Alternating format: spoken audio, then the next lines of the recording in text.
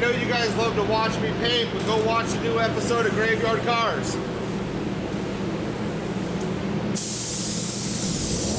We interrupt this program to inform you of what transpired on the last episode of Graveyard Carz. Hey there, Mark. At Will's request, Tony from Tony's Mopar Parts came out to the graveyard to keep Mark from introducing alternate facts. I love the fact that Tony came out here just to correct Mark. He gets Mark a little flustered even, so that's always a real treat for us that work here. After assisting Mark in educating the ghouls on their favorite Cudas and Barracudas, Alphanumeric code on the fender tag for D13. including a 1970 Barracuda 3-speed 318 convertible, Bill Goldberg's 1970 Cuda 446 barrel 4-speed shaker hood car, and a 1971 Cuda 330 horsepower 383 Super Commando. Tony and Mark took an in-depth look at a car slightly out of their wheelhouse, a rare 1974 Cuda 318 two-barrel. And even though it's a Cuda, the performance model, it just started off with the 318 two-barrel. But now that the lesson is over, You sure? Yes, 335 horse and 70. Okay. Yes. for the ghouls, Do you have any questions about this particular car? I'm good. Tony decided to stick around and help out the team with a couple of things around the shop. So you know, since I own all the editing, we're going to cut out all my mistakes upstairs, right? You know that. Okay, good.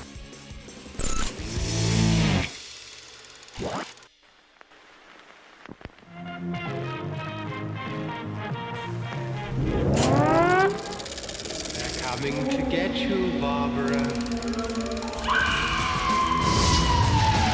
This time on Graveyard Carz, Mark attempts to trump the Mopar master, Tony D'Agostino, with a once-in-a-lifetime factory faux pas. Or is it a fraud? Have you ever seen anything quite like that? No. Also, the 1972 Duster is nearly complete, and the owner is on his way for the big reveal. But before the very first Graveyard Motors dream car is delivered, the team needs to fire the engine and finish the car's final details. That is, if Mark doesn't get too distracted by Tony. Don't freak out when you see something like this. Never say never. Never say never. In Springfield, Oregon, Mark Warman, together with his skilled ghouls, It has been established that the unburied dead are coming back to life. bring classic Mopar muscle cars back from the dead to look like they did the moment they left the factory floor. Because of the obvious threat, this station will remain on the air day and night.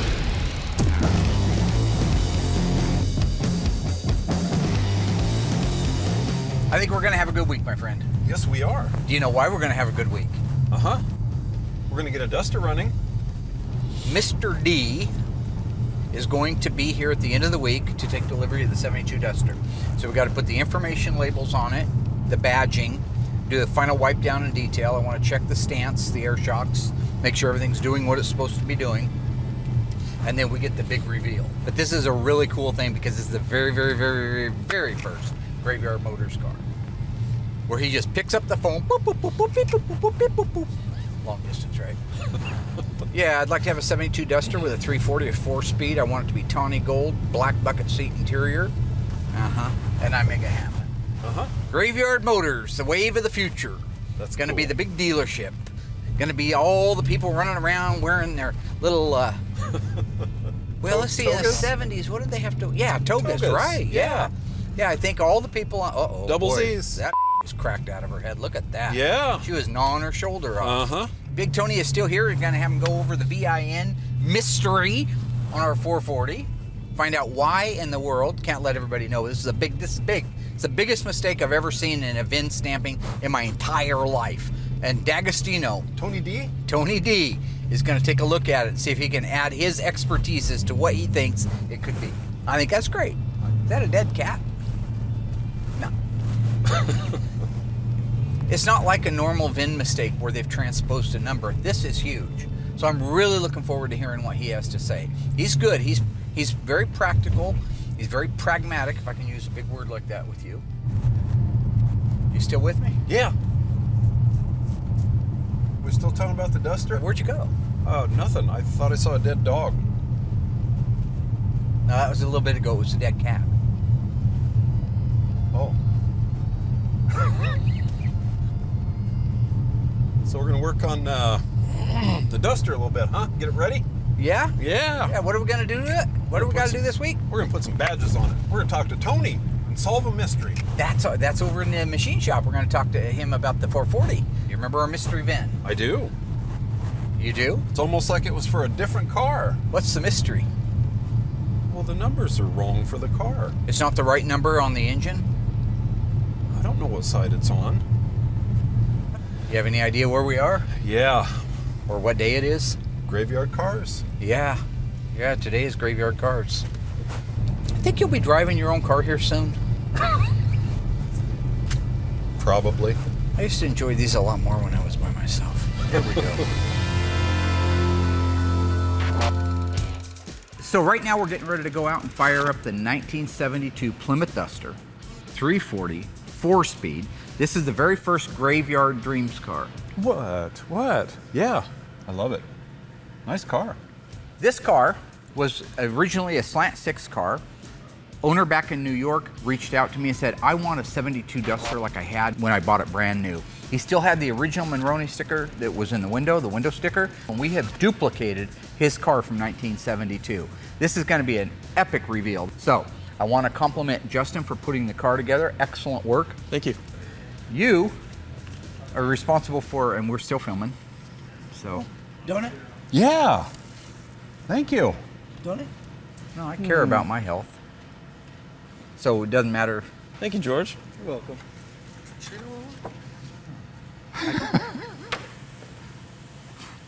It's like, Thank it's you, like friend. romper room. It's like romper room. Cheers. See, you read about the ongoing cholesterol problem in the country? What? Fat. I can actually hear you getting fatter. Okay, let's roll this thing out. What's break time? Yeah. Can we finish our donut first? God.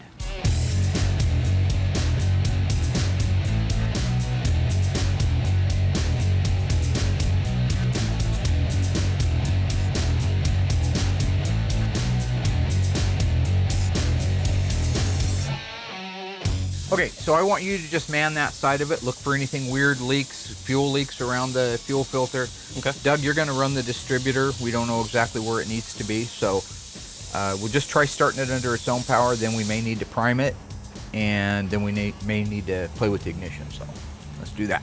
All right. All right. Dang cold. Okay. Contact? Eh.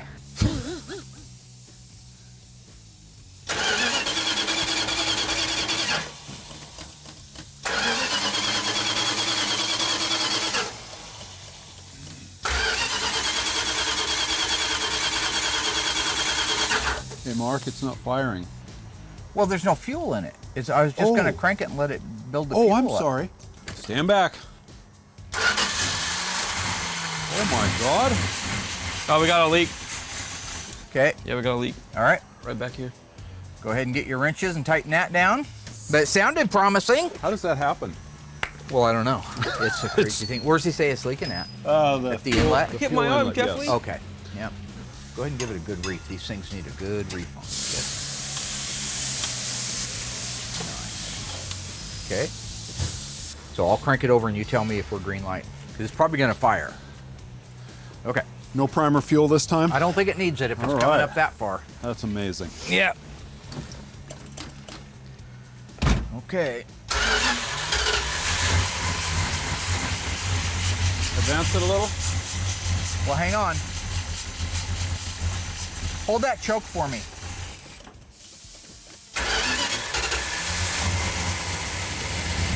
Look at that. Wow. You like that, Justin? Sounds healthy. What? Sounds healthy. What? Oh, it sounds good. Yeah. Listen to that.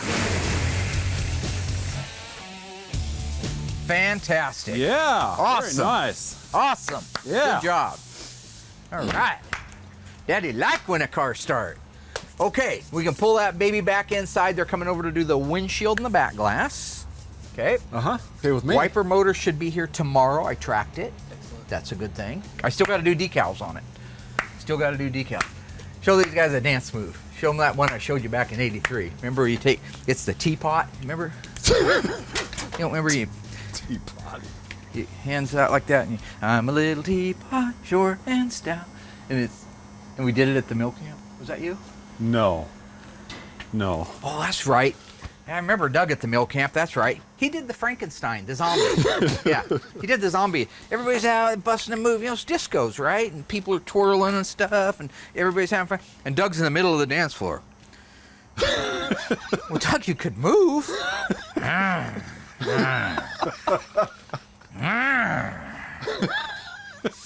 Maybe it was a little more animated, but not much. All right, let's get this thing back in. Good job, gentlemen. Woo! Please. Oh, he's still going. He's still going. I call this one the Ah! Yeah. Winning! Oh boy.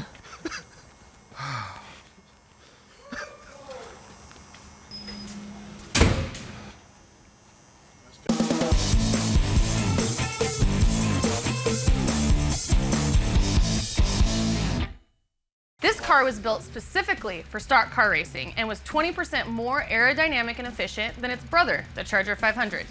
Dodge built 503 of these cars just to meet NASCAR's requirements, and the fact that Richard Brickhouse piloted its very first race during its debut at Talladega makes the Dodge Charger Daytona our Corpse of the Week.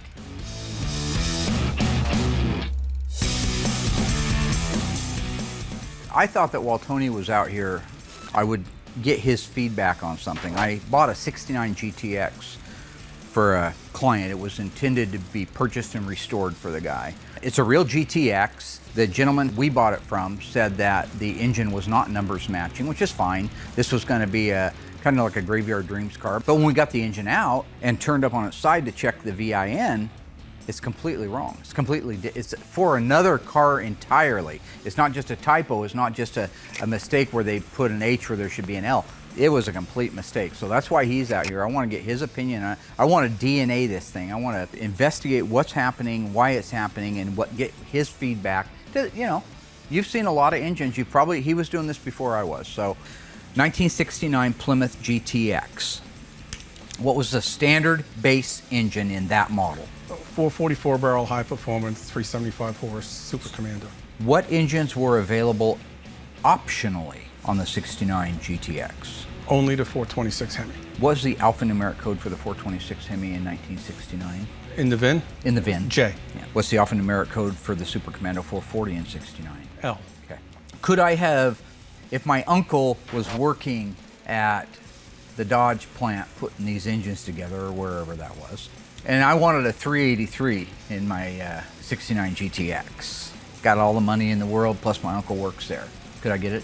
Would they do it? You couldn't order it like that. The assembly line would not put a 383 in a 69 GTX. No, I can't see how. When you look at this plate, this machined off area, this ID pad, what do you see? What are these first numbers you see? Letters and numbers. Okay.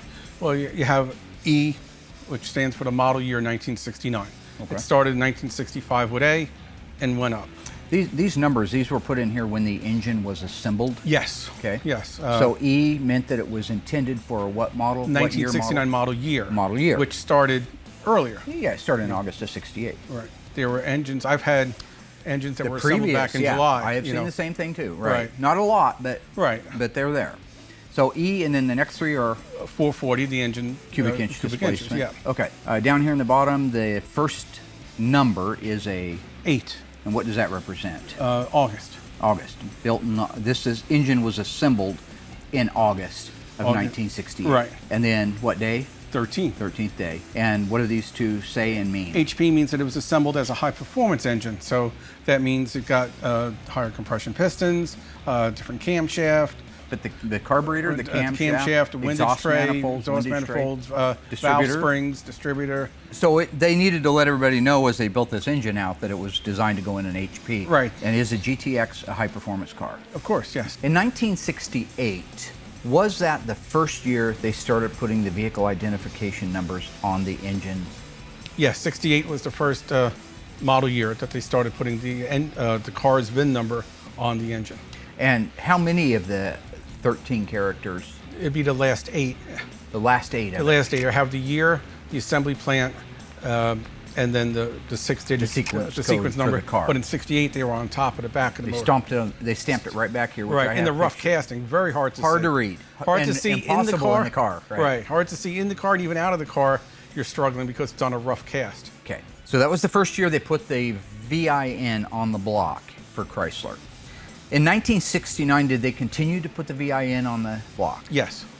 69 is a weird year for that. Okay. In 69 model year, they had the full VIN, all 13 characters, in order. So cars that were produced from, say, the beginning of August when the manufacturer started building them, somewhere through, let's just say mid-year. Yeah, probably, I think January is the cutoff. They didn't just put the last 8 characters. No, they had the full VIN, so put the full you could tell it was a 2-door, a 4-door, a convertible. Got it. Yeah, you actually knew what it came out of, Yeah. not just what assembly plant it was at. Right. Okay, you want to come on around here and we'll take a look at this thing. Have you ever seen anything quite like that? No. Not quite like that. Okay, ghouls. Earlier I talked to you about the Dodge Charger Daytona. Let's see if you were paying attention. Who drove the Dodge Charger Daytona to victory during its debut at Talladega, Alabama? Was it Bobby Isaac, Richard Brickhouse, Buddy Baker, or Ricky Bobby? Stay tuned. We'll tell you after the break.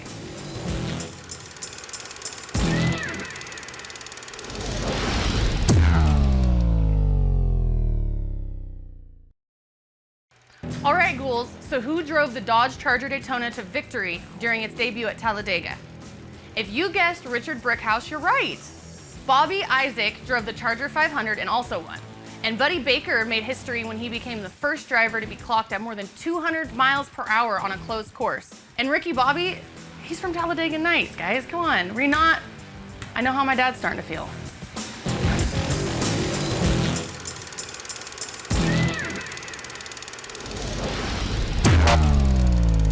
One of the things I want to do while Tony's here torturing me anyway is have him look at a VIN on an engine block that makes no sense. Have you ever seen anything quite like that? No. Not quite like that. You've seen mistakes. Have you ever seen, and I'm not even going to say that's a mistake at this point. I want you to tell me what you're seeing right now. Well, at a glance. Well, it's a full VIN. It's a full vehicle identification number. But it's a full VIN for a 383 Super B. But 383, H is the VIN code. I mean the engine code. For a 383. For a 383 high performance in 69. What's WM? Right, the W is the coronet body style. Coronet body style is represented by the W. Right. M is the medium price range, which in the coronet body means it's a Super B. Okay. 23 is 2-door hardtop. Okay. H is 383 high performance. How many horsepower? 335. 9 is the model year, 1969. G is the assembly plant, which is St. Louis. And then the sequence number, the VIN to the car, 108614. Okay. If you were to raise this up in the air and only have the ability to look at it from the bottom, maybe you couldn't even see the casting numbers very well, and you saw that stamped in there, you'd think you're looking at a Super B, a 69 Super B. If you didn't know anything else, if I just brought you out with blindfolders and I said, look at that number. Of course. Of course, right? That's what it calls out. But we've already established it's a 69 GTX, which is 440 is the only standard engine in it. Hemi is optional. Right. Okay, here's where things get weird. We've seen situations where one letter is either omitted, 2 letters are transposed, sometimes more than that, maybe 3 letters. These are human beings that are doing this. But this guy not only put a full vehicle identification number to a 1969 Dodge Super B with a 383, which was the standard engine. Right. That same crack shot, amazing person, take a look at the transmission that was bolted up to it. WM 23 H9G 108614. So, not only did he stamp the engine, which is a 440 and could never be mistaken with a 383, I guess unless you were drinking a little bit on the assembly line, but he carried it into the transmission. It should have, this car being very early, the full vehicle identification number to the GTX. Which would have been like an RS23 L9. Yeah. I believe, and you know these parts a little bit differently and better in some ways, I don't mind admitting that. The actual transmission part number, 2892093, is the same for a 383 HP and a 440 HP. And an A12 car also, yes. An A12 would have got it as well. So we know the engine's correct for the car. We just have a discrepancy here in the vehicle identification numbers. Yeah, I'd like to see what the 10,000 day calendar decodes to as far as the date the transmission was assembled. Because when was the engine assembled? August 13th. August 13th of 1968. So this should be in the same approximate So we would area. think that this one would have been about the same time. Right. All right, let me get my book and we'll check it out.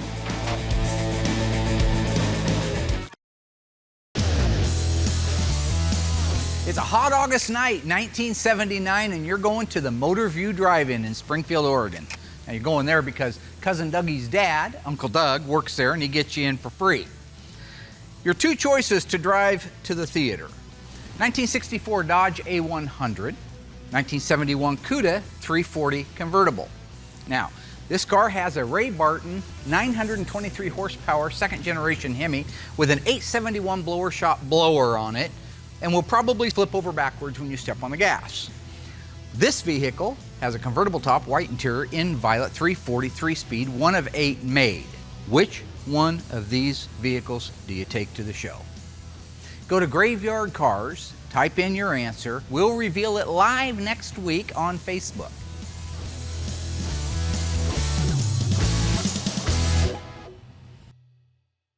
So far, the team fired up the 1972 Duster, and Mark introduced Tony to a car with a mysterious VIN. Have you ever seen anything quite like that?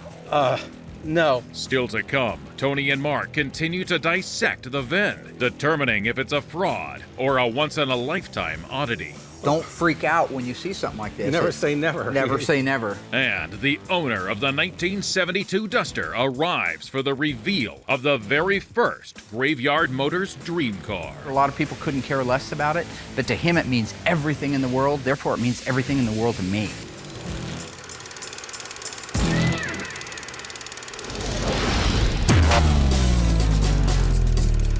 Since Tony's here anyway, I've got an engine I've been working on that's a true mystery. We just haven't quite figured out how could this have happened. So the part number is a... Right, the cast number is the 2892093. I think they started to use it in 68. They did, you're right, yeah. 1968 B and C body, 440 and 383 HP. They're saying 440 late. And then same part number, 2892093. So basically, as far as our 69 model year goes, it was the only transmission they offered behind a 383 and a 440, an automatic. But this is the correct transmission assembly number to go into our 69 GTX. Absolutely. All right, now the 10,000 day calendar. 2568. 2568. 2568. It's okay. August 8th. Fits right in with the motor. And the car was within built, 5 days of the each engine was other. built on August. Just to be clear, this transmission was assembled August 8th, 1968. And it could have been the next day they finished it or the day before, but that's the time zone. And then August 13th, 5 days later. 5 days later, they assembled the engine for it. What's the sequence code at the end? 108614. Here's the VIN off of our 1969 GTX. Not only did they put a 69 Super B vehicle identification number on it, but they gave it the sequence number for the 69 GTX. So it's so it's got the right VIN. Absolutely, except for what it came out of and went into. I haven't seen one with that many mistakes on it in all my days. I've seen a lot of stuff, but I haven't seen one like that. With you there, I have a question for you. The folks that are out there that might say, well, it's easily explained, it was a restamp. Okay, we'll look at that and we'll see if there's any evidence of that. A restamping, first of all, is a federal crime. You get to go to prison for fraud when you do stuff like that. If you're doing it for the intention of pulling something off.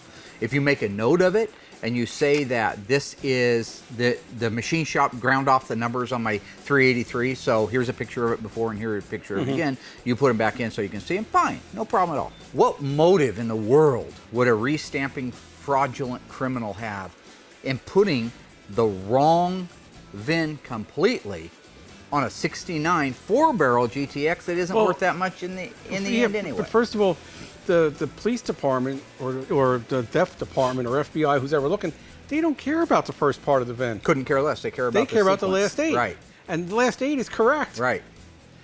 So they could get away with it from that standpoint, but what's the motive in it?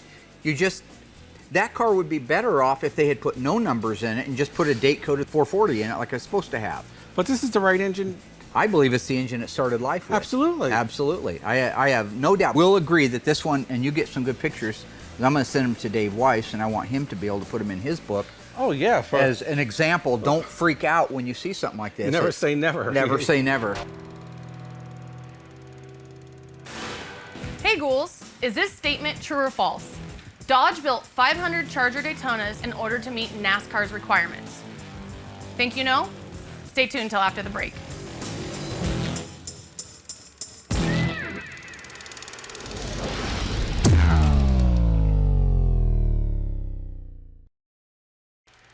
Okay, so did Dodge build 500 Charger Daytonas to meet NASCAR's requirements? No, you guys, they built 503. You have no excuse. I literally just told you guys in Corpse of the Week. Crazy town.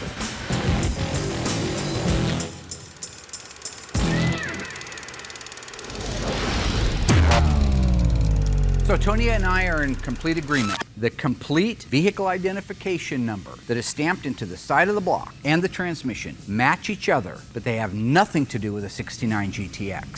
So now the question is, why are they there? You can see those milling marks in there, right? Yeah. Swooping down like that. Yep. The milling marks are what's done when the block is being machined. Right. So that's there. And those marks are, pretty specific, I guess. I would say so. It's not what you would get today at a machine shop. I'm not saying it couldn't be duplicated, but again, I can't see any motivation for this. This is a freak. It's a freak. It's a freak, it really is. The guy on the assembly line could have been drinking. It's always possible. Or he could have been in a hurry, or just plain not paying attention. I've seen double stamps and triple stamps because somebody did something wrong. I've seen them stamped up above. I have too. I've seen them in that boss. Yep, absolutely. But to see that like that, the guy was reading some kind of a work order that called it out. To be super critical, I could say the pad seems a little thin, but again, it's just probably you look at 10 different engines and they're not going to all be exact. The depth from the boss that they went down like this area right here. Right. It looks like this may have been machined a little bit more than some others. Here's a 70. Now it's a 70, so it only has the last 8 characters. But look at the depth. I see what you're saying. The depth of this mill is definitely shallower. That's a little extreme, but still, it doesn't make it not correct. It just, when you see something odd, you're overlooking for stuff too. But the marks in it are consistent with that 10-inch mill head. Yes. So if somebody went later and they ground it down to stamp new numbers into it, you'd lost those milling marks. Right. So the mill made those marks. That is the way the height of that boss. And one thing, the fonts are a little bit different from Lynch Road than they are at St. Louis. It was just an old-fashioned screw-up. That's all it was. So this is just a freak of nature, or a freak occurrence. It is. Because you have the correct last 8 of the VIN, which is really the most important part. That's the money stuff. That's what's on the end. That's what's on the body numbers. That's right. That's what the hidden number behind the core support and the trunk lip on a B body and upper cowl and right. core But that's what law body. enforcement cares about. That's the last 8. At the beginning, they don't care what engine it came with. They're going to check it. They're going to read those off, and it's going to match. So what do we think happened? I would say, well, the guy screwed up. The guy who was stamping made a screw up. Now, whether the previous car was from a 383 Super B, and for some reason he just changed, the last 6, or maybe the Super B was ended in 613, and he goes, okay, I'll just change to 614. Next car, boom. Is there a chance there's a 69 Super B 383 car built at St. Louis that could have the VIN on the 383 stamped with this car's VIN? I don't believe so, no. I think that would have been caught. Because think about the location of the pad alone, something would have stopped them, right? Yeah. They're stamping in E383 down here. Oh, right. Yeah, Well, this was done, no, you see, this stamp was done, what we're looking at on top here, that was done at the engine assembly plant. I assembled the engine, I'm the last guy on it. Boom, I stamped it. Right. Now it gets shipped off to St. Louis. Right. So now the St. Louis guy gets it. His job is to stamp VINs. That's all. That's his job. That's his job. Right. He doesn't know what engine he's stamping. He's supposed to know. From this view down here, if it's on some kind of a carrier or assembly line, it looks like every other big block that went by, and probably every small block at that point, if you're not looking at manifolds. Yeah, I mean, I don't know how the assembly line exactly ran, but this could have been in a K-frame assembly already, ready to go in the car. And just before it does, that's where he stamps them. I don't think so, because you couldn't get in there and stamp those in there. But I think it was getting ready to go on to one. Bottom line is, what is your final analysis at the end of the day? I'll say correct numbers matching engine, freak stamp. Yep. But because the last 8 matched the car, I'm going to say it matches. And 108,614 is awful early. Oh yeah. Probably very much made in August. Hands down, yeah, that falls in perfectly. So it all adds up to the fact that it was a mistake on the assembly line. Yeah. Is what it is. So it actually kind of makes it cool. Yeah. You know, it's not a cubic dollar car where you just have to fly in Jesus to give it something. I mean, it's a great car. And it's a conversation piece. And it's a great conversation piece. So you know, I'm sure the owner will have pictures of the VIN on the windshield of his prepared car. for everybody that's ready to call it a non-numbers car. That's okay. Neat. That's cool stuff. Good job. Well, you're probably getting hungry, huh? I got plenty of reserve. I'm good. You're looking good, T. Did you lose a couple pounds, yes or no? The truth. Well, here's what I do. I usually wear a bunch of extra padding, and then when I say I've lost weight, I take it all off, and I go, yeah, I've been working out this summer, I'm getting huge. Right now, Alyssa and I are getting ready to do the final instructional decals on our 1972 Plymouth Duster. What engine? 340. This is the very first Graveyard Dreamz car, where you can call me up and you'd say, listen, I had a 1970 Dodge Challenger. It was a 440, it was a 4-speed, 4-barrel, not a 6-pack. I could build that car for you. This is one of those cars. This is the very first one. The guy had a 1972 Plymouth Duster. When he was 18 years old, he bought it brand new. He had been working at his uncle's gas station, saved up the money, and he custom ordered it. He still happened to have the Monroney sticker, the window sticker, from the car that he had before he sold it. So we duplicated the car based off of that Monroney. So this truly will be, when he comes out and sees it, a step back to 1972 for him. I'm going to let you do the quarter panel decals on this car. By yourself. Well, not completely by yourself. I'll give you a little bit of education. Oh yeah, you can do it. Did you buy 2 sets of these? Nope, only one set, and we have to have Mom because he's going to be here to get the car. So, first thing off the bat, we're going to do the ethylene glycol warning label. Okay, ethylene glycol warning label on this particular A-body can go anywhere in this run right through here. A lot of times from the factory, they would hide the body numbers. That's why they were called hidden body numbers. So a lot of times they actually hide that. Okay, go ahead, and it goes right over here like that. Make sure it's covered, just like that. And then just go ahead and run your fingers across it. Beautiful. Awesome. Good job. Okay, this is the emission decal. This is going to end up right here. Line it up, and then start working it like this across. Because if you drop this side down and it locks down, you're going to get an air bubble in the middle. So you're going to want to just work it across like that, and then drop this down as you go. Yep, just like that, and perfect. Awesome. Good job. All right, 2 decals down. Now we're done under the hood. Let's go open up the door and put in the tire information decal. For the dream weaving train. I think I could have been a singer. I don't. I think I have some of the basic chops. It's a little pitchy. I was a big Stones fan. I had every 8-track up to 1978 in a case in the back seat of my car. Very good. Now let's move to the trunk. Stop right there. There. And that. Now, so with that, we're ready for you to do your 340 decals on the quarter panels. You want to do the passenger side or the driver's side? Passenger, because Jim will see it probably less, right? Because he gets in on the driver's side. Very clever way to sidestep not doing a good job. Yeah, that's negative thinking. We don't do that here. I wonder where I get that from, Dad. All right, so here are our 340 decals. Is we're going to intersect it with this style line right here at the bottom. Yeah. And that style line right there. That's the way the factory did it forever and ever, amen. You take your time, make sure it's clean, get lots of the application gel in case something happens. If something peels back, you don't go berserk and start screaming and swatting your head like Rain Man did. So with that, we are able to take our car and do a final wipe down vacuum. The owner's going to be here. We're going to unveil it. This is the first Graveyard Motors car. He's going to walk in here and defecate.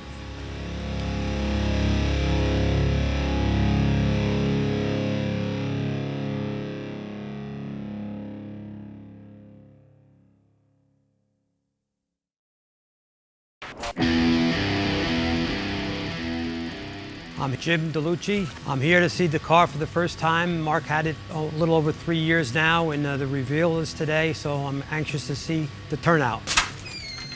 Okay, here we go, Jimmy. Okay. Little Alyssa, little Willie won't. I'm actually really excited to have Jim come out here on pretty short notice, to be honest.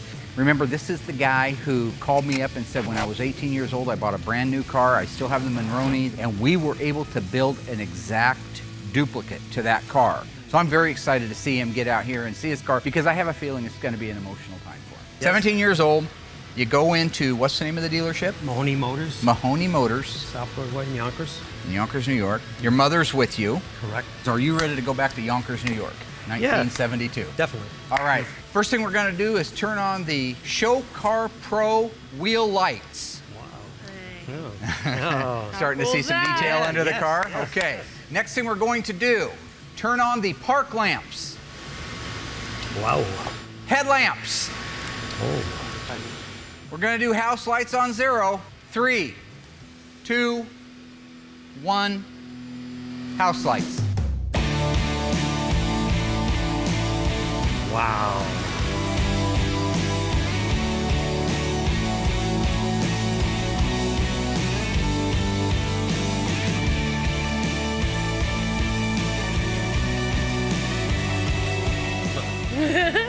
Take it in, brother. Wow. Take it in. It's 1972. Holy smokes. Absolutely stunning. Look at that.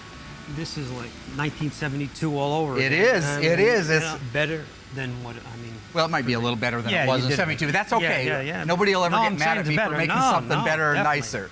We've got your Duster emblems. Okay. We've got your Krager 14-inch wheels that you put on within just a few weeks after you got the car. Right. And you retained the original Polyglass E70 14s. They are on there. We paid attention to detail.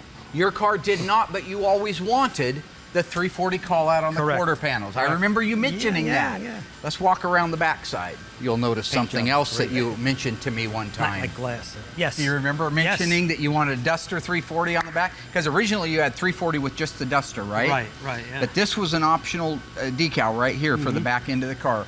Those are the factory. The Accurate Exhaust built us a duplicate of the original 340 exhaust with tips. Yes. Take a look down the side. Did it ever look that good in No, it's 1972? like a mirror. No. The showroom floor? Did a great job painting. Absolutely. I'm going to open the door and allow you to take a little peek inside here. Just like a time capsule.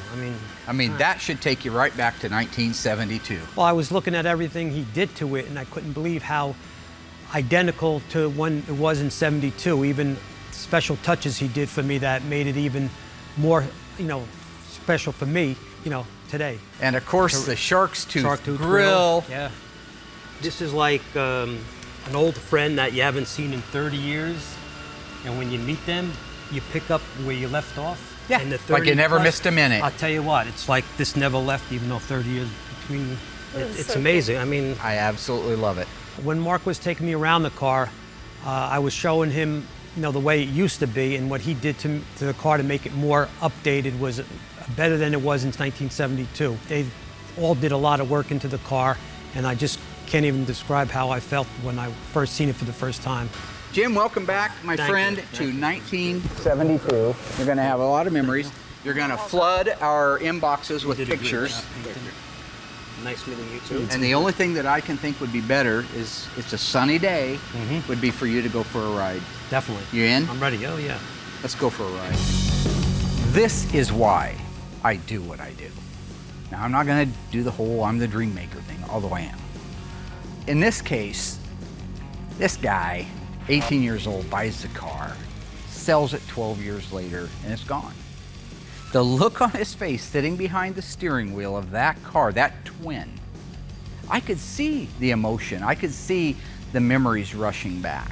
And that's why I do what I do. And this is the greatest example of being able to bring something back that was gone from their life. A lot of the cars that we do in here are part of their lives, but they're sitting in a field behind the house, they're sitting in a barn, fell down around it.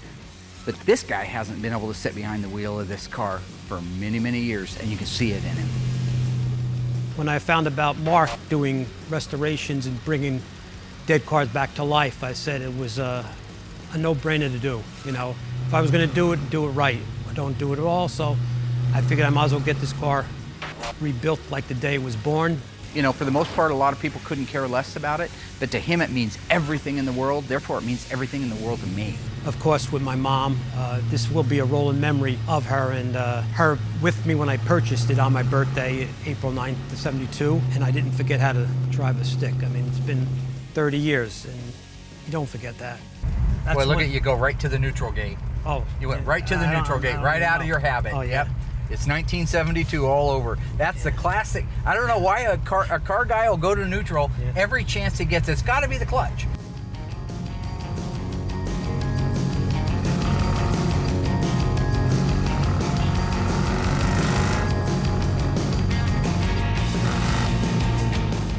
Jim is like a little kid driving this car down the road. Absolutely, it cracks me up. He was 18 years old again.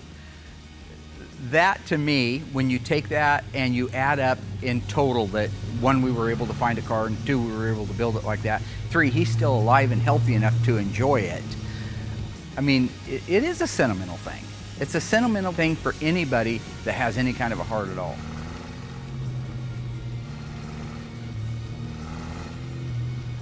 You know, words are beyond the way I feel about the job they did. A phenomenal job that I think that this was the greatest choice I ever made of picking him to do it. And they were all fantastic to me, and you know, something I'll never forget. Felt like it's like a new family I met. You know, and I'll always keep in touch, pictures of the car and everything else. Graveyard Motors, Graveyard Dreamz. Very first time ever, we were able to buy the car, have it restored, and make his dreams come true. How much better does it get than that?